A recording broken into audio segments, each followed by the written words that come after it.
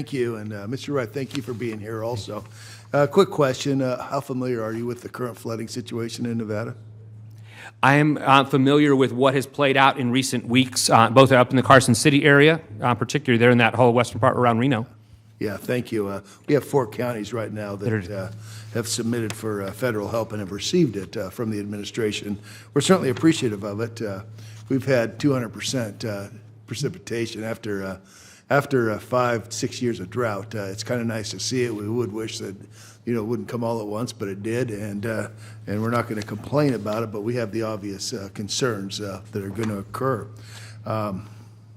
Last week, I joined with my colleague Senator Masto, the governor, and Congressman Amodei on a second request. Are you familiar with this second request? I understand that a second request is being reviewed at this point. No decision has been made. And I'm aware of that also.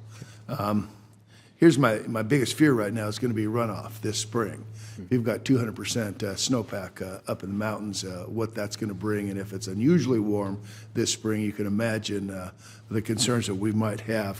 What I guess I need from you is a commitment that FEMA will be proactive in helping these Nevada communities as they prepare for flooding soon. In much the same way as we did for the events in the prior weeks, we will be there. We will partner with the governor in terms of the requests that come this way. My brother lives in Carson City. I saw the pictures from this last piece of the water literally coming down the road. It's clearly a place by which we need to cooperate with those local emergency managers. But also for those who have flood insurance, I want to make sure that there's timely payment of any claims that come in for those who are insured. That was my next question, the commitment for those timely payments to these local communities. Absolutely, and so the kind of changes we've made to push out advance payments early to them so they have early dollars on the ground, and the commitment you can have from me is as we see those pieces coming forward, we'll stay in touch with you and make sure that all the needs are met. And I appreciate those comments. We have in northern Nevada a combination of Reno, Sparks, Washoe County, and the U.S. Corps of Engineers. They've been working on a flood control program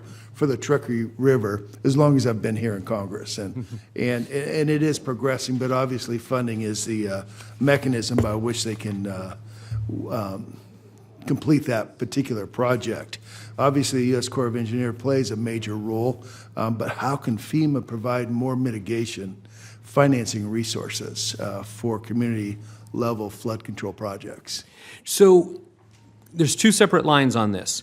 When we're looking at projects that the Corps of Engineers is authorized to do, without violating a duplication of programs, I can't commingle with them. Congress has to appropriate those dollars and move them forward. There are other projects in the affected area, and we do have grant programs that the states can avail themselves to, specifically related to flood mitigation. But if it's that specific larger scale project that the Corps of Engineers is doing, I can only work through their appropriation lines. All right. Mr. Wright, thank you very much for your time. Thank you for being here today, Mr. Chairman.